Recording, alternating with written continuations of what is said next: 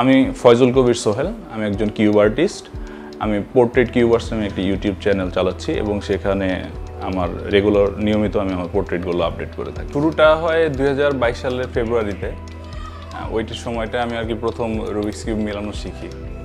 So এই Rubik's cube related video scroll করতে করতে একটা সময় দেখা যায় যে ইউটিউবে আমি দেখি ইটালিয়ান একটা পোর্ট্রেট আর্টিস্ট যিনি রুবিক্স কিউব দিয়ে পোর্ট্রেটগুলো তৈরি করতেছে। সো ওইখান থেকেই ইন্টারেস্ট জাগে এবং আস্তে আস্তে স্টাডি করা শুরু করি বিষয়টা নিয়ে।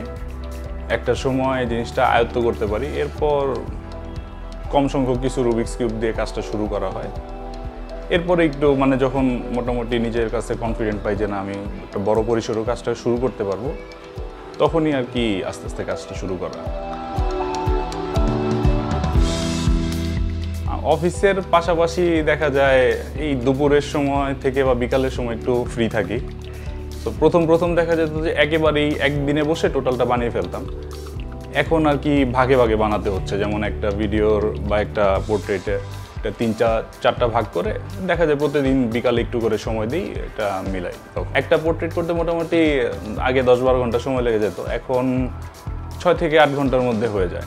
এখন পর্যন্ত মোটামুটি 18-19টা পোর্ট্রেট বানানো হয়েছে।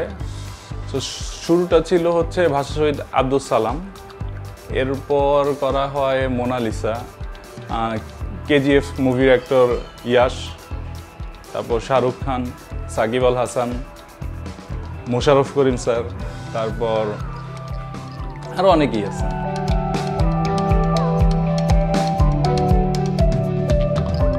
এইটার বিষয়টা হচ্ছে যে আমি আমার শখ থেকে বানানো, বা রুবিক্স কিউব একটা খেলনা, এটা শখ থেকেই মিলানো শুরু করা।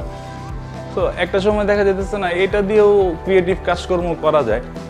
আর ক্রিয়েটিভ কাজকর্ম করার চিন্তাভাবনা ছোট থেকেই টুকটাক ছিল যে কোনো একটা ক্রিয়েটিভ বিষয় নিয়ে কাজ করবো, এটা একটা ইউনিক বিষয় থাকবে।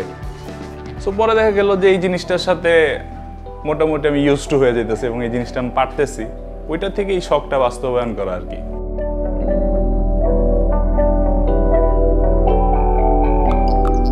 আমার পোর্ট্রেটগুলো বর্তমানে প্রায় 600 কিউব আমি ইউজ করতেছি।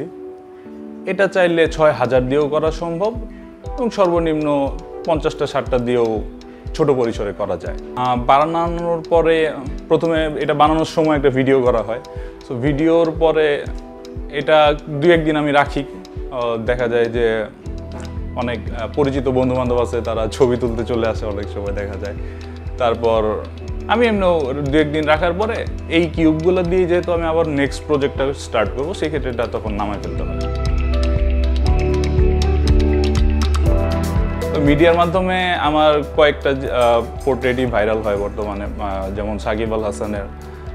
রিসেন্টলি মহানগরের ডিরেক্টর আশফাক নিপুণ ভাই, উনি ভিডিও শেয়ার দেয়। সো এখন পর্যন্ত যারটা ডিরেক্ট বানিয়েছি তার থেকে ডিরেক্ট কোনো রেসপন্স পাইনি, কিন্তু আশেপাশ থেকে পাচ্ছি।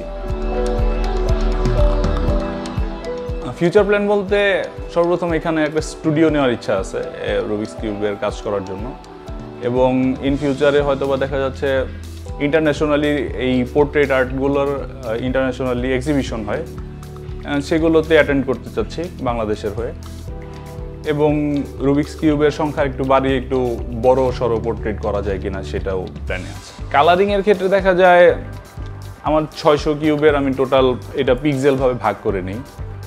ডার্ক পোর্শনগুলায় রুবিক্স কিউবের 6টা কালার অনুযায়ী serially blue, orange, red, yellow, white এগুলো ইউজ করি।